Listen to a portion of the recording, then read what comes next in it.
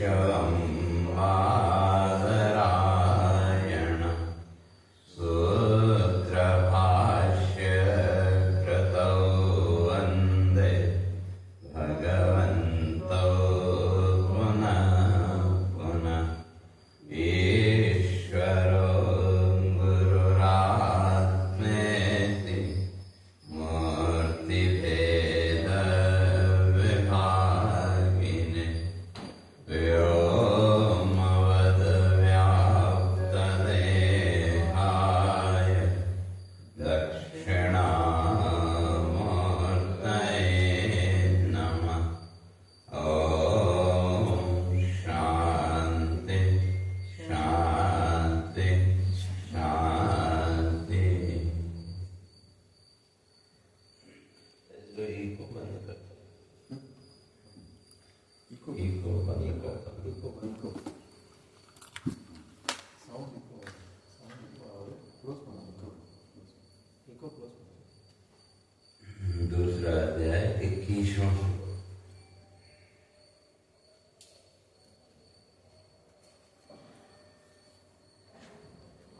ओम श्री परमात्मने नमः। श्री परमात्मने नमः।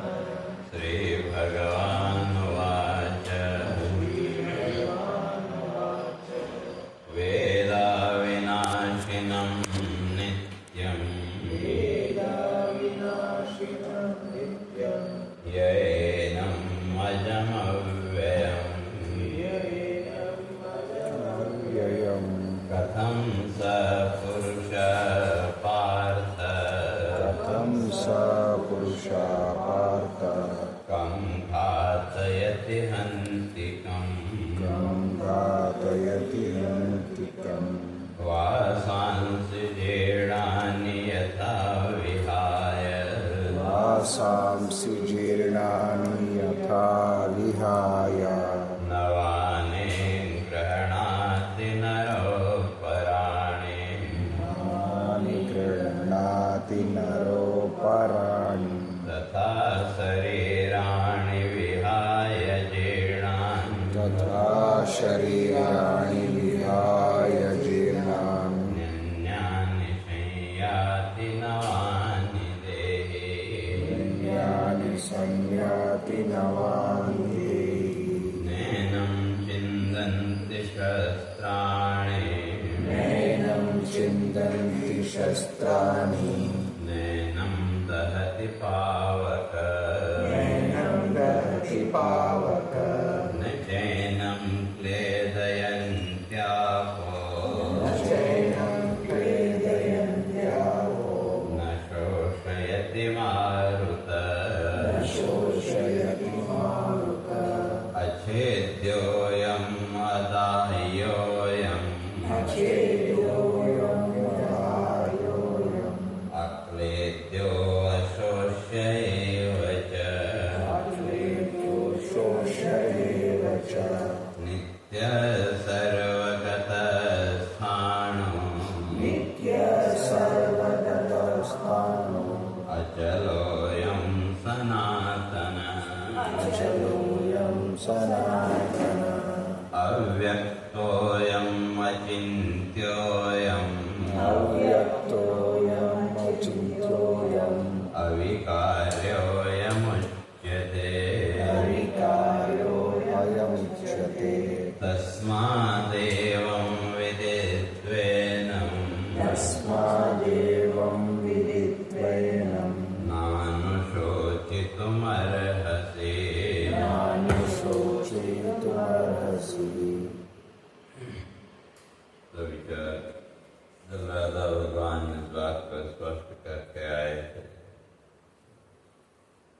कि जो तत्व है और न हन्यते हन्यमाने शरीर, तो जो तत्व है शरीर का नाश होने पर भी उसका नाश नहीं हो सकता। तो क्यों? तो उसके लिए न जायते म्रियते वा कदाचित नायम भूत्वा भविता वा न भूया, का न वो कभी पैदा होगा और न कभी उसका नाश। तो क्योंकि जो व्यापक तत्व है तो उसमें किसी प्रकार की कोई गति संभव ही नहीं है। जो भी गति या क्रिया जो कुछ भी हो किसमें सीमित वस्तु, जैसे एक पुस्तक को हमने यहाँ से उठाया इधर रखा तो उसमें गति भी संभव है और क्रिया भी संभव। लेकिन जो तत्व व्यापक है तो उसमें किसी प्रकार की कोई क्रिया या गति कभी भी संभव है ही नहीं। तो इसलिए उसको कह के आए थे कि वो क्या अजो नित्य शाश्वत हो यम पुराण, वो अजन्मा है, नित्य है और शाश्वत, तो हमेशा एक रूप। और पुराण तो पुराना होते हुए भी हमेशा नया है। तो पुराण तो अब वो जो तत्व है उसको फिर कैसे समझें? का वेदा विनाशिनम नित्यम ये एनम अजम अव्यय। वो जो तत्व वो कैसा है? अजम अव्यय, अजकार अजन्मा, तो जिसका जन्म और जिसका जन्म ही नहीं है तो फिर मृत्यु भी संभव है। और वो कैसा है? तो का अव्यय, अव्यय व्यय का अर्थ खर्च होना, अव्यय माने जिसमें किसी प्रकार का कोई कमी या वृद्धि संभव ही, तो जैसा है हमेशा वैसा ही, वही एक रूप का। तो ऐसा जो तत्व वो क्या है? कहते हैं अविनाशीनम वेद। तो उस तत्व को जो अविनाशी जानता है, और वो तत्व कौन है? तो अपना आत्मा है। अगर स्वस्वरूप की अगर बात करें तो जो अपना आत्मा उसमें भी ये सब लक्षण है कि अव्यय। तो अव्यय, अव्यय का कभी कोई परिवर्तन, तो ठीक है शरीर आदि को लेकर के हमारे जो अनुभव थे वो समय के साथ बदलते रहे, लेकिन जो सेल्फ एग्जिस्टेंस को लेके जो अनुभव है, ये जो कहते हैं मैं हूँ, तो उसमें कभी कोई परिवर्तन आया? संसार की परिस्थितियां बदलती रही, शरीर की परिस्थितियां भी बदलती रही, लेकिन अपना स्वयं के होने का जो अनुभव है तो उसमें कभी कोई अंतर। जीवन की कैसी भी परिस्थिति हो, चाहे सुख की हो चाहे दुख की हो, तो वहाँ भी मैं हूँ ये अनुभव है। और वो जो मैं का अनुभव है उसमें क्या अंतर आया? ठीक है, शरीर आदि को लेकर के हमने बच्चा बूढ़ा जवान आदि, या उम्र हो गई तो हम कहते हैं अब तो बूढ़े हो गए, कई बार बोलते भी हैं, लेकिन किसको लेकर के बोलते? शरीर भाव को लेकर। तो बूढ़ा कौन हुआ? तो हमारा जो शरीर भाव के साथ जो हम जुड़े थे उसमें परिवर्तन आया, लेकिन स्वयं का जो भाव था वो तो ऐसा, वो जो तत्व उसको अविनाशीनम वेद, जिसने उस तत्व को अविनाशी के रूप में जान लिया। तो ऐसा जो व्यक्ति है जिसने उसको जान लिया कि वो तो अविनाशी है, उसमें कोई परिवर्तन संभव ही नहीं है। कथम स पुरुष पार्थ कम घातयति हन्तिकम्। तो कहा फिर वो किसको मारेगा और कौन उसको मारेगा? जो वो तत्व है व्यापक है, उसमें कोई परिवर्तन संभव ही नहीं है। तो फिर ये जितना भी जन्म मृत्यु आदि है ये भी वहाँ संभव नहीं है, क्योंकि जन्म मृत्यु आदि की अगर बात करें तो एक नए रूप का सामने प्रकट होना, उसका नाम जन्म, और उस रूप का विनाश, उसका नाम मृत्यु। तो इतना ही सामान्य उसमें अगर देखें तो जन्म और मृत्यु इतना ही है। और वास्तव में जन्म मृत्यु तो है ही नहीं। तो तब यहाँ प्रश्न उठा, ये तो बात ठीक है, लेकिन हमारा जो शरीर भाव है वो तो अभी बहुत दृढ़ है कि ठीक है, शास्त्रों से हमने सुना पढ़ा, बात समझ में भी आई, लेकिन फिर भी कहीं न कहीं ये शरीर भाव तो इसमें फिर बन जाते हैं कि हम बैठे उसमें। लेकिन सामान्य जीवन के व्यवहार में अगर देखें तो कहीं न कहीं ये शरीर भाव ही प्रधान हो गया। तो इसलिए सबसे बड़ा जो बंधन मोक्ष में या मुक्ति के भाव में का वो ये शरीर भाव ही। या भागवत में इस बात को स्पष्ट किया का व्यक्ति के जीवन में 3 ग्रंथियां, ग्रंथि में नॉट्स गान, तो कौन कौन से, और उनमें भी सबसे मजबूत जो है वो क्या है का वो शरीर ग्रंथि, शरीर का भाव। क्योंकि और ये शरीर ग्रंथि आई तो इसके साथ अगर दूसरी ग्रंथि स्त्री पुरुष की ग्रंथि सब कनेक्ट हो जाए। और फिर जब स्त्री पुरुष का भाव आया तो फिर उसके बाद में घर परिवार आदि का भाव। तो अब ये जो 2 ग्रंथियां हैं, परिवार भाव की ग्रंथि और मेल फीमेल की जो ग्रंथि का इससे तो निकल, लेकिन ये शरीर ग्रंथि जो है ये बहुत प्रबल है, बहुत दृढ़ है। तो अब इस शरीर ग्रंथि से कैसे बाहर निकले? ठीक है, आत्मा अजर अमर है, अविनाशी है, ये सब बातें हमारी समझ में आई। शरीर नाशवान है वो भी हम, लेकिन फिर भी इस भाव मुझसे बाहर नहीं निकल पाते हैं। तो वो कैसे निकलें? तो उसके लिए विचार प्रक्रिया भगवान आगे स्पष्ट करते हैं कि वासांसि जीर्णानि यथा विहार। कहते हैं जैसे हम वस्त्र बदलते, जब वस्त्र पुराना हो गया तो फिर हमने उसको क्या किया, फेंक दिया या किया, और जब तक वो उपयोग के लायक है तब तक उसको हम उपयोग में लेते हैं।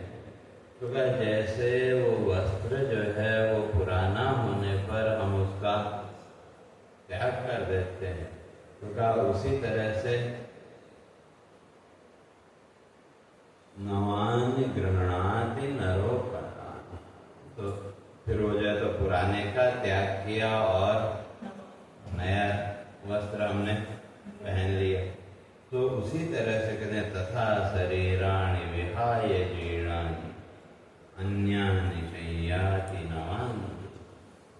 तो उसी तरह से ये जो देही है, ये जो आत्म तत्व है, तो ये भी क्या करता है, कहते हैं जब शरीर पुराना हो गया तो फिर इसका क्या कर देते। जैसे अगर आजकल देखा ना मोबाइल, तो जो मोबाइल है कितनी भी अच्छी कंपनी का लें तो उसकी अपनी एक एज है कि एक अनुमानित है कि जरूरी नहीं कि वे उतना ही चलेगा। कई बार अगर सेट थोड़ा अच्छा है, हमने ढंग से चलाया तो जो उसकी लिमिट है उससे 1-2 साल ज्यादा भी चल जाता है, और कई बार कम भी होता है, उससे कम भी। लेकिन हर एक के साथ तो ऐसा नहीं होता। लेकिन एक उसकी आयु लिमिट है, 5 साल चलेगा या 4 साल चलेगा जो भी है। तो वो जो मोबाइल है, तो जैसे जैसे पुराना होता गया धीरे धीरे उसके फंक्शन वीक होते जाते हैं। तो उसी तरह से शरीर को भी अगर देखें तो सही है। वहाँ भी वही प्रोसेस, क्योंकि जैसे जैसे उम्र बढ़ती गई तो ये जो इंस्ट्रूमेंट है तो इसका वो जो सिस्टम है वो धीरे धीरे कमजोर होने लगा। और जब ज्यादा परेशान करने लगा तो हम गए डॉक्टर के पास। तो डॉक्टर ने क्या किया, बस पहले दवाई दी, उससे भी नहीं हुआ तो इधर से काट के उधर जोड़ दिए ऑपरेशन। और जो कुछ भी हाँ। तो जो डॉक्टर हैं तो वो भी क्या है, वो भी मैकेनिक एक तरह। तो मोबाइल बिगड़ जाए तो उसको मैकेनिक के पास ले जाते हैं कि भाई जो उसकी समझ में जितना आया उतना वो करके देता है।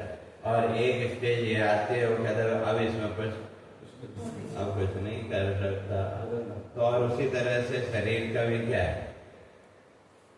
डॉक्टर भी एक स्टेज आने पर फिर क्या बोलते हैं, अब कुछ संभव नहीं, अब तो जितना चलता है चलाओ। तो उसी तरह से कहते हैं कि शरीर भी क्या है, लेकिन आपने उस मोबाइल को तो बदला, लेकिन जो सिम कार्ड है,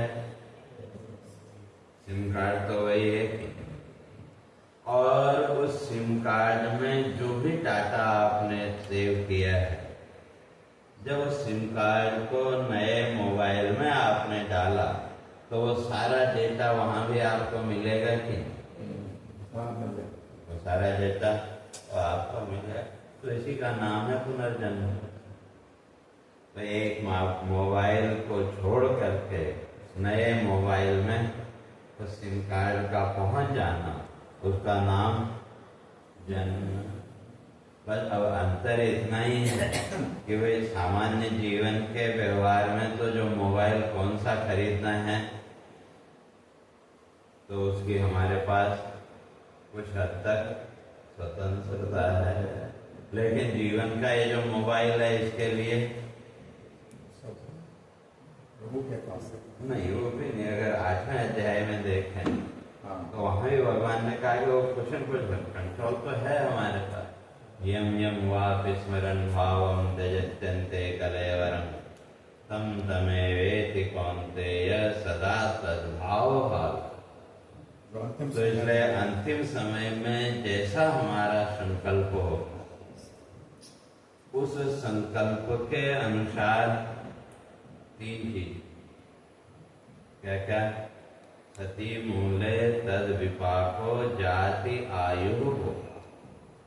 महर्षि पतंजलि कहते हैं कि वो अंतिम समय में क्या क्या चीजों का निश्चय होगा, 3 चीज, जाति आयु होगा।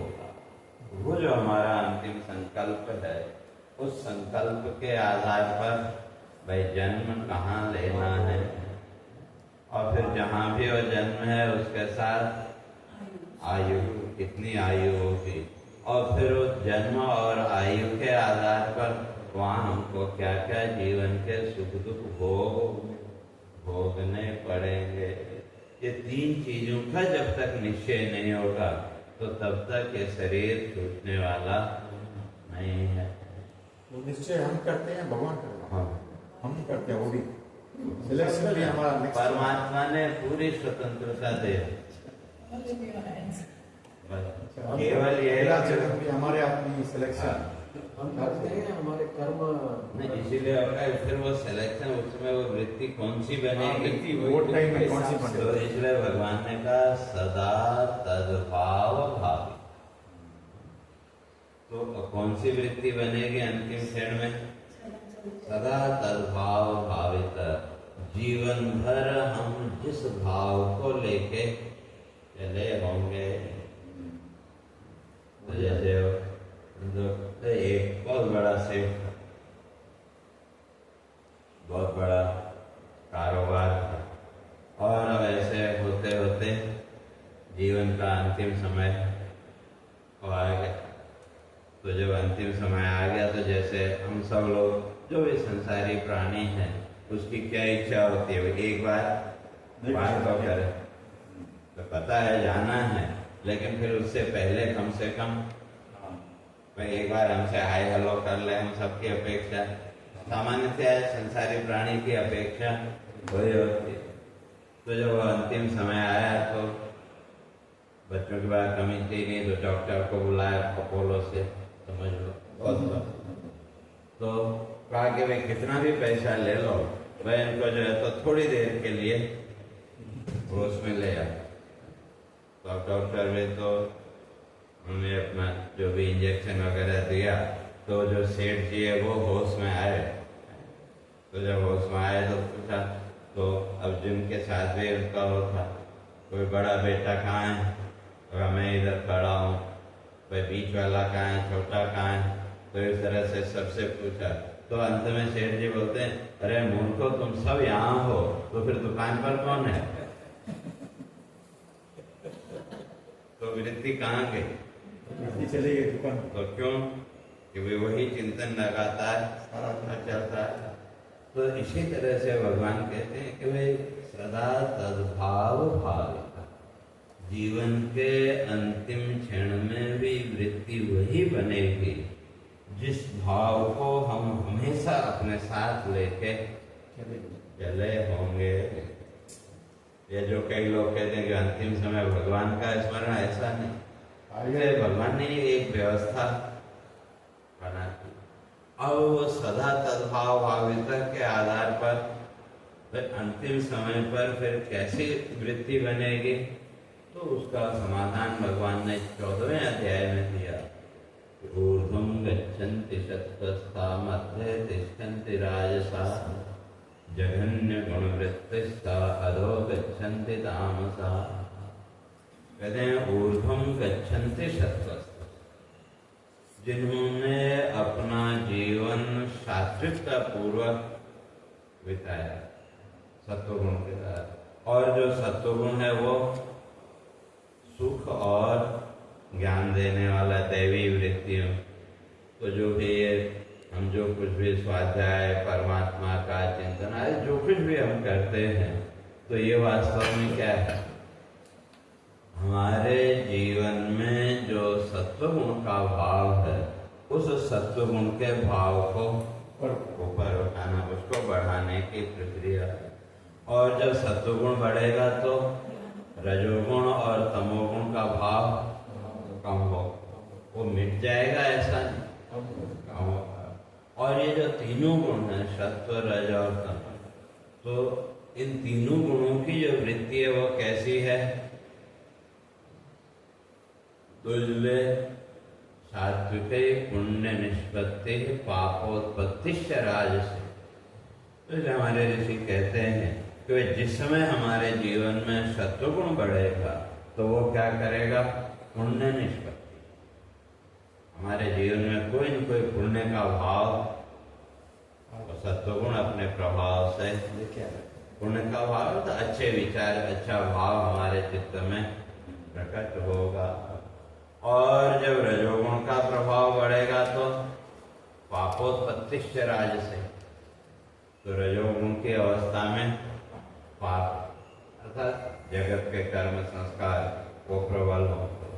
और जब तमोगुण आएगा तो क्या वो तमोगुण न पाप कराएगा और न पुण्य, लेकिन वृथायु चपणम भवेत, का वो आयु का क्षय तो वो करेगा ही। जैसे निद्रा में, निद्रा के समय वहां न पाप हुआ और न पुण्य, लेकिन आयु का तो क्षय हुआ। तो इसलिए जो सत्वगुण है तो वो क्या देगा? पुण्य वृत्ति, सात्विक वृत्ति या ज्ञान वृत्ति। तो जो उस ज्ञान वृत्ति अर्थात वो आत्मचिंतन या शास्त्र चिंतन या पुण्य के भावों को लेकर के जीवन में चले हैं, तो कहते हैं अंतिम समय में फिर ऊर्ध्वं गच्छन्ति सत्व का, जो सत्वगुण में जब स्थित है तो वो उनके अंदर उस समय भी क्या बनेगी? कोई न कोई पुण्य का वृत्ति बनेगी, कोई न कोई पुण्य संकल्प बनेगा। इसलिए ईशावास्योपनिषद में स्पष्ट किया, क्रतो स्मर कृतम स्मर। कहते हैं पता लग गया कि अब ये शरीर टूटने वाला है, तो इसलिए मंत्र कहता है कि आपने जीवन में जो पुण्य कर्म किए हैं, जो अच्छे कर्म किए हैं, उनका स्मरण कर। तो उन पुण्य कर्मों के स्मरण से क्या होगा? हमारे मन का जो सात्विक भाव है वो ऊपर आएगा, और वो पुण्य स्मरण करते करते मान लो जीवन का अंतिम क्षण आ गया, तो उस समय फिर वही पुण्य वृत्ति बनेगी कि नहीं? तो उस पुण्य वृत्ति के आधार पर फिर देवलोक आदि के तीन, और वो कैसी वृत्ति बनती है उसके ऊपर। और अगर उस समय रजोगुण का प्रभाव रहा तो फिर ये मनुष्य जीवन का कोई न कोई संकल्प बने। रजोगुण का अगर प्रभाव रहा अंतिम क्षण में तो फिर इसी संसार का कोई न कोई संकल्प होगा। जन्म के साथ जाने का भी डेट अगर भगवान देते तो वो टाइम हम सावधान नहीं, वो तो दे रखी, वो तो दे रखी। हमें नहीं पता ना, पता चले नहीं, ऐसे वो पता चले तो फिर नहीं, वो तो है ना कि भाई आपको निश्चित संख्या में श्वास दे रखी। हाँ पर अब उनको कितना जल्दी आप खर्च करते हैं या कितना देर से खर्च करते हैं बस तो श्वास लेना बंद कर दो थोड़ी देर में। नहीं, इसलिए वो जो प्राणायाम आदि जो है कि भाई जो बड़े बड़े जो तपस्वी हैं हम कहते हैं कि वो इतने वर्षों तक किए, तो वो किस आधार जो प्राणायाम आदि के द्वारा क्या किया, क्यों अभी जो है एक सामान्य जो प्रक्रिया है उसमें हम 1 मिनट में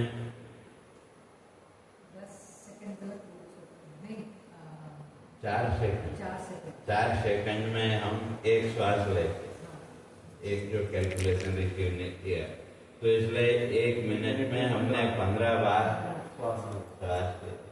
और अगर प्राणायाम आदि के द्वारा आपने उस गति को स्लो कर दिया तो अब 4 सेकंड के बजाय अगर 8 सेकंड में आपने श्वास एक ली तो आयु डबल हो गई। शरीर भी तो साथ दे ना।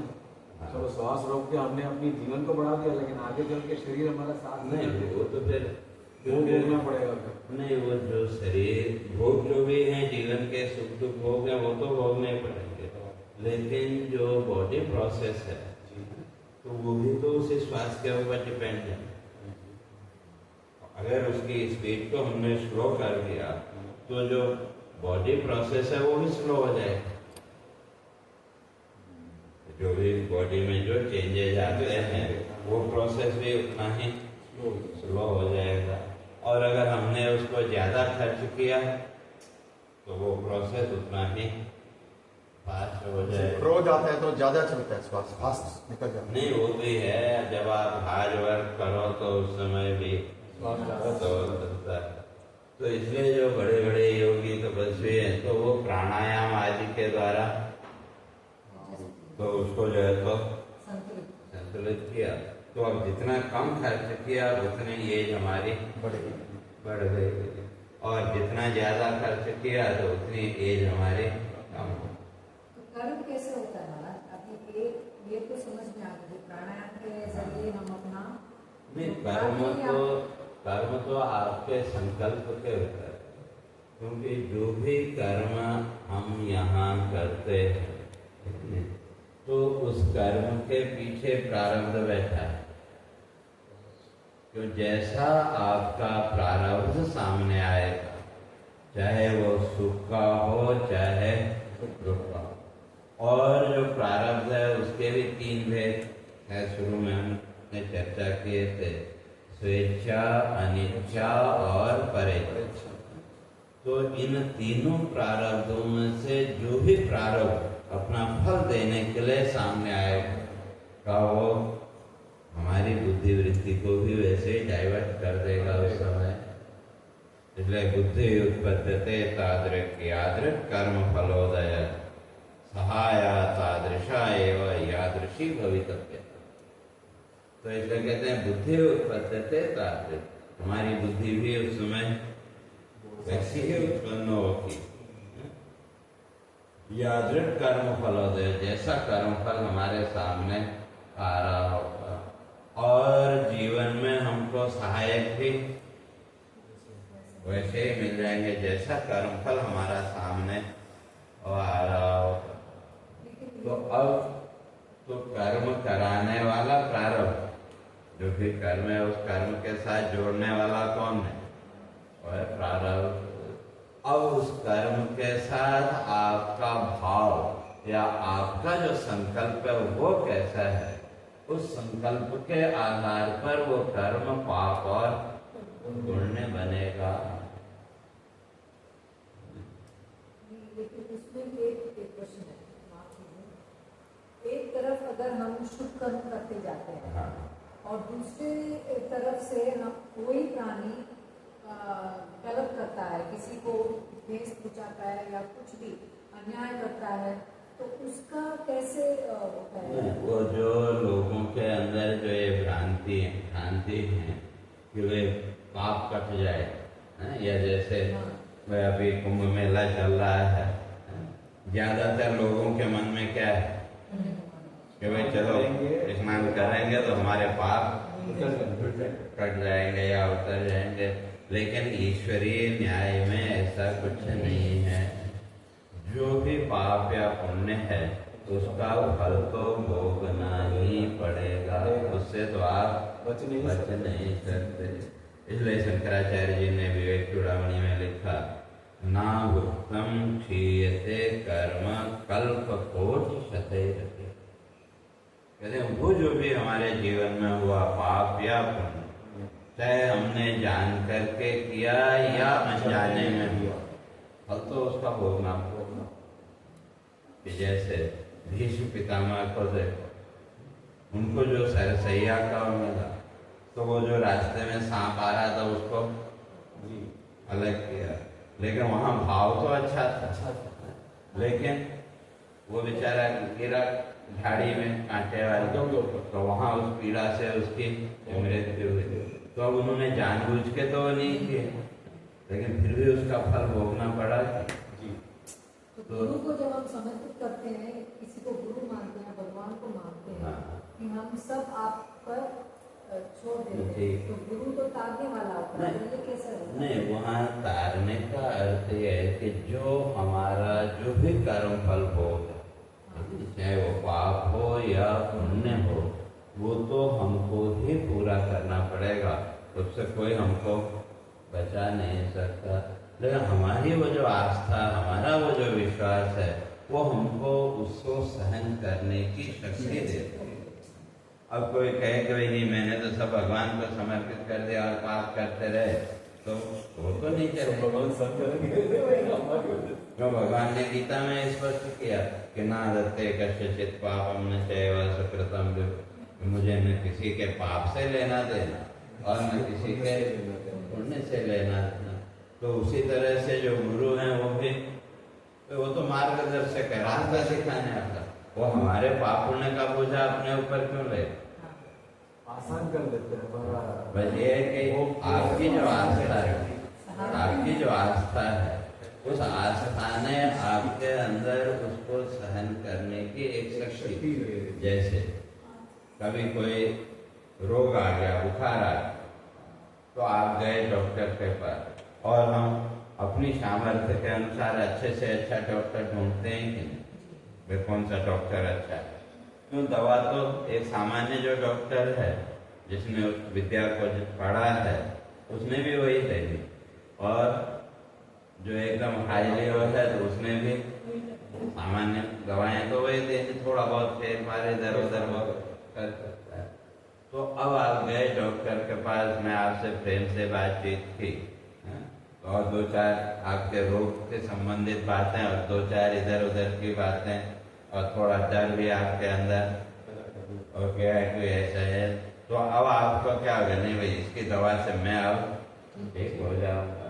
लेकिन वो जो दवा का कोर्स है वो तो आपको करना पड़ेगा, और जो भी है आपका दर्द का, लेकिन आपको एक सेटिस्फेक्शन मिला कि कभी नहीं, उसने अच्छे से बात की, नहीं अब इसकी दवा से मैं ठीक हो जाऊंगा, तो वो जो आपका सेटिस्फेक्शन है, तो उसने आपके दुख को कम कर दिया कि 50% तो वैसे कम होता है। लेकिन दुख तो अपने समय से ही जाएगा, लेकिन हमारा वो जो कॉन्फिडेंस है, तो उसने क्या किया, हमारे उस दुख को। तो इसी तरह से ईश्वर के प्रति या गुरु के प्रति जो हमारा समर्पण का भाव है, वो समर्पण भाव में हमको वही कॉन्फिडेंस देता है। लेकिन जो भी हमारा सुख दुख भोग है, वो तो हमको ही पूरा करना है, उसमें कोई बंटवारा संभव नहीं है। दवा लेनी पड़ेगी। तो इसी तरह से तो अब जब सत्वगुण अंतिम समय में आया तो वो भी क्या आएगा, सदा तद्भाव भावित। अगर वो साधना हमने जीवन में की होगी तो वो तभी वो संभव है, लेकिन वो कोई नियम नहीं है, वो एक व्यवस्था है। और अगर रजोगुण का भाव उस समय प्रबल हो गया तो या फिर वो संसार का कोई न कोई संकल्प कराएगा, और अगर तमोगुण उस समय प्रबल हुआ तो का फिर मनुष्य से नीचे पशु पक्षी आदि उसका कोई संकल्प और वहाँ होगा, फिर उसके आधार पर फिर वो नया जन्म होगा। तो इसलिए ये व्यवस्था है कि सदा तद्भाव भावित। तो अब उसमें भी ये है कि वे अब अंतिम क्षण में आपका वो जो कर्म संस्कार है कौन सा ज्यादा प्रबल, वर्तमान का आपका वो संस्कार ज्यादा ताकतवर है या कोई पूर्व का संस्कार? क्यों, पूर्व के भी तो कर्म संस्कार हैं कि। तो अब अंतिम समय में वो जो कर्म संस्कार ज्यादा ताकतवर होगा वो अपनी ओर खींच लेगा।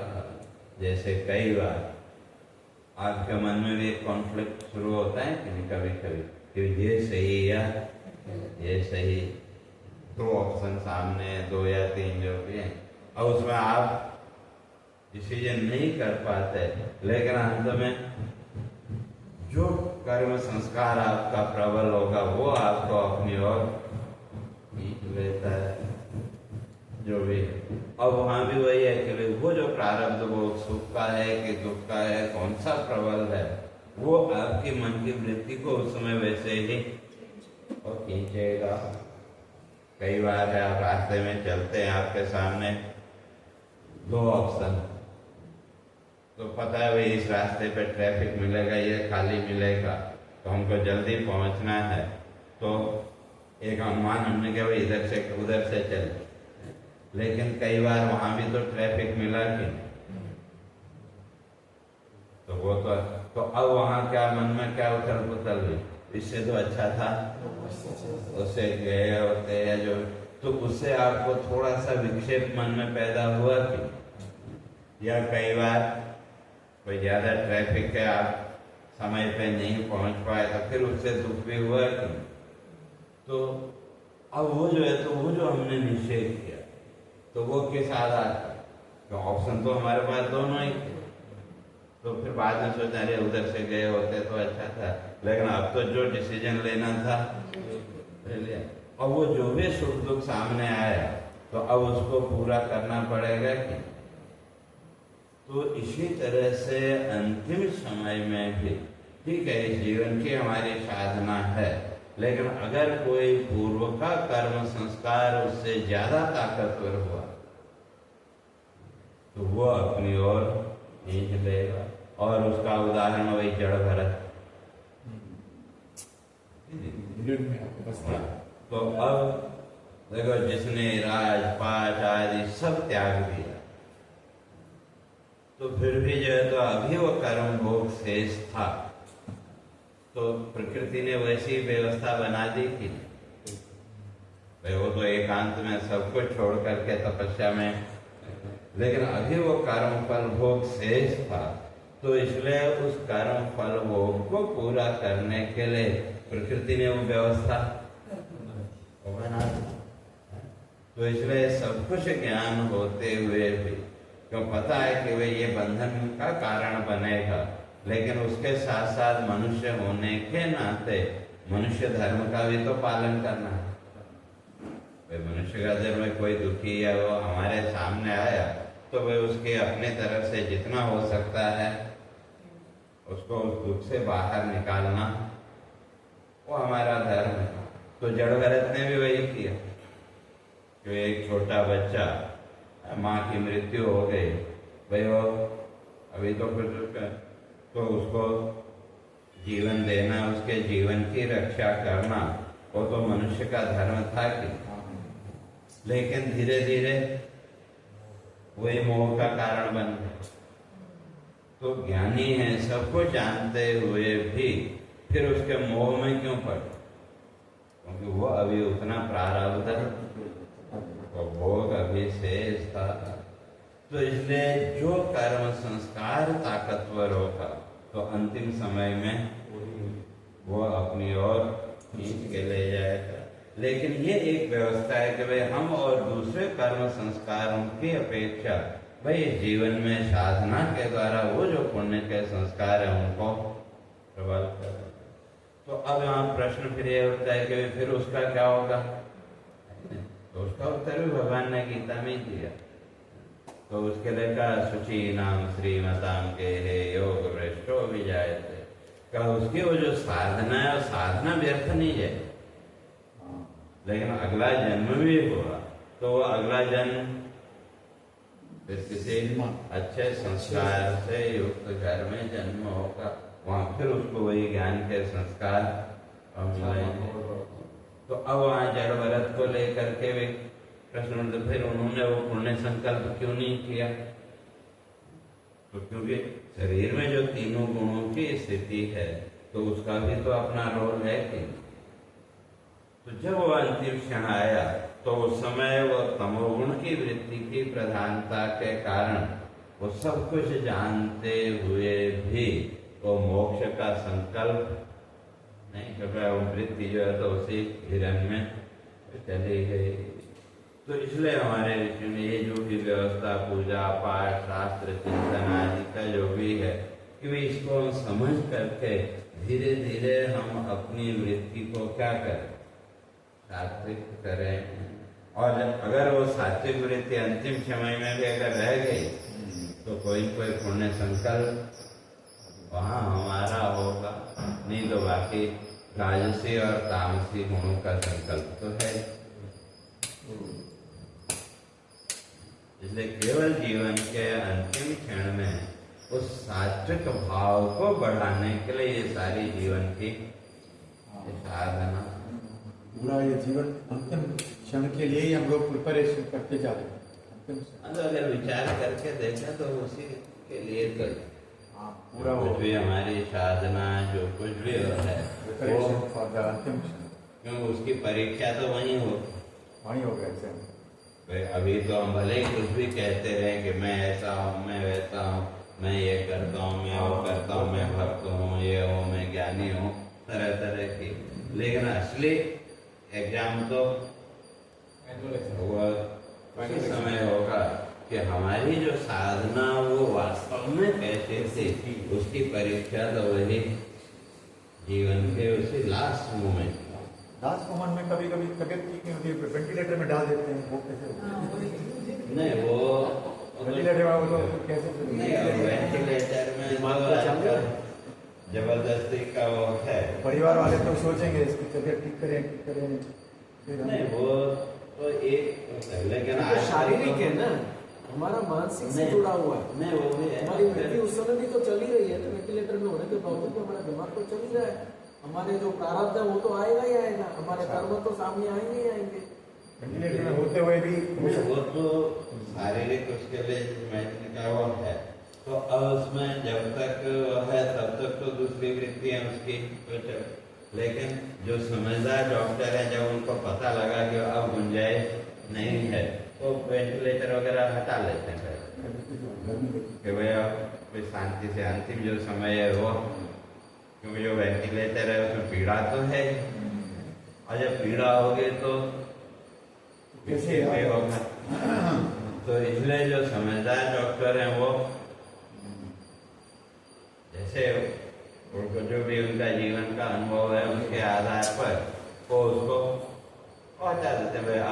अब इसकी टाइम में प्रारब्ध स्ट्रांग है तो सबकी बुद्धि ऐसे चले। हाँ, तो अब उस समय भी वो है कि वे अगर वो साधना उसके जीवन की है तो साधना के बल पर और सत्वगुण के बल पर तो जो अवेयरनेस वो साधक की बनी रहेगी। सत्वगुण का फल वही है कि अंतिम समय में भी वो जो चेतना है, वो जो अवेयरनेस है वो बनी रहे। अगर जीवन में साधना नहीं है तो अंतिम समय तो मूर्छावस्था।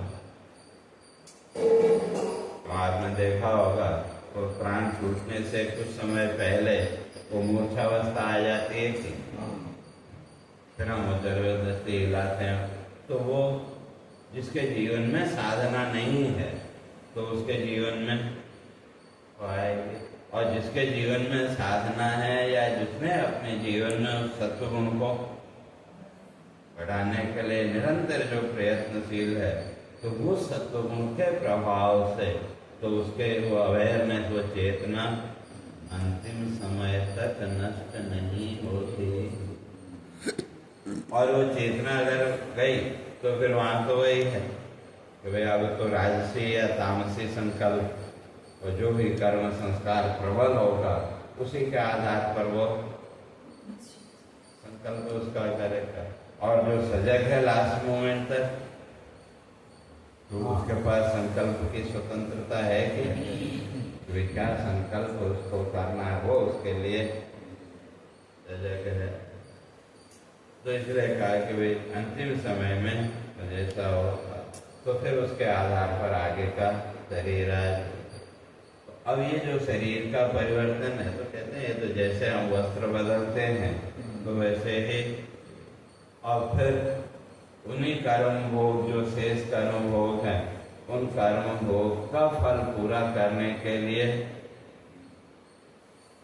फिर वो नया शरीर धारण करता है। और जिसके अंदर अब संसार का कर्म फल भोग का कोई संकल्प ही नहीं है, वो मुक्त हो। जैसे सही नहीं है। जैसे तो जैसे आपने मान लो कोई सिम ली, आजकल तो बहुत सी कंपनियां हैं, और वो एडवर्टाइजमेंट देख करके हमको लगा कि नहीं ये हमारे लिए ठीक होगा, तो आपने वो सिम लिया और उसमें बैलेंस भी आदि भी आपने डलवाया, लेकिन आपकी जो एक्सपेक्टेशन थी या आपकी जो रिक्वायरमेंट थी वो उससे पूरी नहीं हुई, तो आप क्या सोचते? चलो अब ले तो लिया भाई, जो भी उसमें बैलेंस वगैरह उसको जल्दी से उसको यूज करके भाई फिर दूसरा सिम लेंगे। तो अब उसमें जो डाटा है तो उसको आप जल्दी से जल्दी खत्म करना चाहते हैं कि उससे छुटकारा मिले। तो बस इतना ही ज्ञानी और अज्ञानी में भी अंतर कि जो ज्ञानी है, जिसको ज्ञान हो गया, तो पता है कि भाई, तो इसलिए जो उसका प्रारब्ध हो गया वो तो क्या चाहता है कि भाई जल्दी से जल्दी वो पूरा हो और मुझे इससे छुटकारा मिले। और जो अज्ञानी है या फिर मोबाइल का सिम है, तो फिर उसको हर महीने रिचार्ज हम कराते हैं कि या जब आपको जरूरत हो, और कितने का रिचार्ज कराना है वो भी स्वतंत्रता है कि बीच में तो 10 रुपए का भी रिचार्ज मिलता है, भाई जिसके पास नहीं है एक दिन बात करें तो चलो भाई 10 रुपए का। तो अज्ञानी जो है तो वो नए संकल्पों से अपने सिम कार्ड को रोज रिचार्ज करता है, और जो ज्ञानी है वो आगे कोई संकल्प नहीं करता, लेकिन जो है उसको जितना जल्दी हो सके उसको पूरा, बस दोनों में अंतर है। तो अब हम लोग जो है तो हर रोज सुबह से लेकर शाम तक न जाने कितने संकल्पों के द्वारा अपने सिम कार्ड को रिचार्ज करते रहते हैं, या उसमें बैलेंस डालकर। अब जैसे जैसे बैलेंस बढ़ा वैसे वैसे वैलिडिटी भी वो बढ़ती चले। तो उसी तरह से हमें कहते हैं इसलिए तथा शरीरान विहाय जीर्णानि नवानि संयाति अन्यानि संयाति नवानि। तो जैसे हम वस्त्र का त्याग करके नया वस्त्र धारण करते हैं, तो उसी तरह से ये जो जीवात्मा का सूक्ष्म शरीर, तो ये जो हमारा सूक्ष्म शरीर है, तो ये भी क्या करता है, इस स्थूल शरीर का त्याग करके फिर नया शरीर अपने लिए मुंह से लेता है, जैसे यूं समझो मैं आपके मन में मोबाइल की कोई इच्छा नहीं, लेकिन किसी ने आपको सिम कार्ड गिफ्ट में दे दिया, तो अब मोबाइल खरीदना पड़ेगा। तो सिम पहले इच्छा नहीं थी, लेकिन वो सिम कार्ड गिफ्ट में मिल गया तो अब मोबाइल खरीदने का। और तो उसी तरह से जीवात्मा क्या कहता है, अब जब सिम कार्ड तो पड़ा हुआ है, तो अब उसमें वो डाटा वो भी पड़ा हुआ है, तो अब उसको यूटिलाइज करने के लिए मोबाइल तो चाहिए, शरीर चाहिए। तो उसी तरह से जब तक वो सूक्ष्म शरीर में वो जो कर्म संस्कार पड़े हुए हैं, तो उन कर्म संस्कारों का भोग भोगने के लिए एक शरीर को चाहिए। अब चाहे वो शरीर मनुष्य का हो, चाहे पशु पक्षियों का हो या देवताओं का, तो अब वो जैसा शरीर का संकल्प होगा, तो उसके आधार पर उस शरीर में जिन भोगों को हम भोग सकते हैं वो भोग आगे आगे, और बाकी पीछे बैलेंस में तो बढ़े रहेंगे, तो वो फिर उससे आगे। तो इसलिए जो ज्ञानी है, साधक है, वो फिर नया संकल्प नहीं कर। ठीक है, वो सिम कार्ड जो मिल गया, तो अब उस सिम कार्ड में जो भी डाटा है उसको करने के लिए हमको एक शरीर की भी जरूरत पड़ी, लेकिन वो आगे के लिए फिर उसको रिचार्ज नहीं करता, और हम लोग रोज रिचार्ज करते हैं। तो अब भाई रिचार्ज भले ही करते रहो, मोबाइल की तो अपनी एक लिमिट है, टाइम लिमिट पे 2 साल 4 साल 10 साल, उसके बाद उसको चेंज करना। लेकिन सिम कार्ड तो कोई है कि नहीं, क्यों अगर माना कभी वो सिम में कोई प्रॉब्लम आ गई, तो कंपनी वाले उसी नंबर का सिम आपको दे देते ही, तो नंबर तो वही है, और वो डाटा भी आपको आजकल तो वो मिल जाता ही नहीं, डाटा भी वो सब आपको उसका उसमें मिल गया। आजकल वो जो भी है वो ड्राइव वगैरह जो भी है, उसमें जो भी डाटा आपने डाला वो सब आपको, लेकिन सिम कार्ड के बिना तो नहीं मिलेगा। सिम कार्ड और नंबर भी वही होना चाहिए, दूसरे नंबर में वो डाटा नहीं मिलेगा। तो इसी तरह से ये रिवर्स का जो प्रोसेस है वो चलता रहता है। तो हम सीधे पूरा भगवान से यही मांगे कि हमको जन्म और मरण के चक्रव्यूह से छुड़ा दे।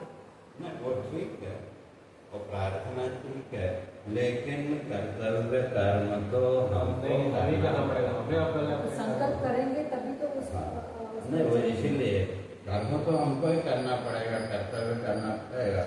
अब जो प्रार्थना है वो ये है कि भाई वहाँ से हमको थोड़ा सपोर्ट मिल जाए। तो इसीलिए चाहे वो ईश्वर की बात हो या माता पिता कहें या गुरु कहें, तो वो क्या है, जैसे छोटा बच्चा है, जब वो चलने लगा तो आप उसको चलना सिखाते हैं क्या? नहीं, आप उसको खाली खड़ा करते और दोनों तरफ हाथ रखते, लेकिन चलता तो बच्चा स्वयं ही है।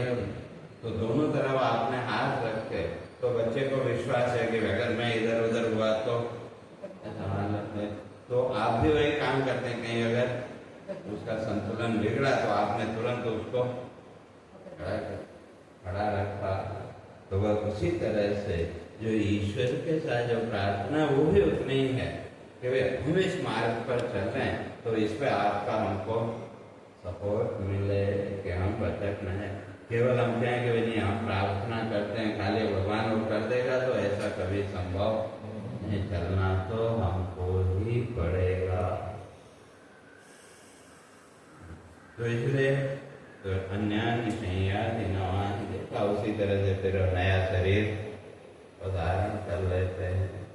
और ये जो तत्व है, नैनम चिन्नन्ति शस्त्राणि नैनम दहति पावक न चैनम क्लेदयन्त्यापो न शोषयति मारुतः का, इसका तो कोई भी इस पृथ्वी के ये जो तत्व हैं ये कभी भी इसका नाश नहीं कर सकते। तो कैसे उसकी चर्चा से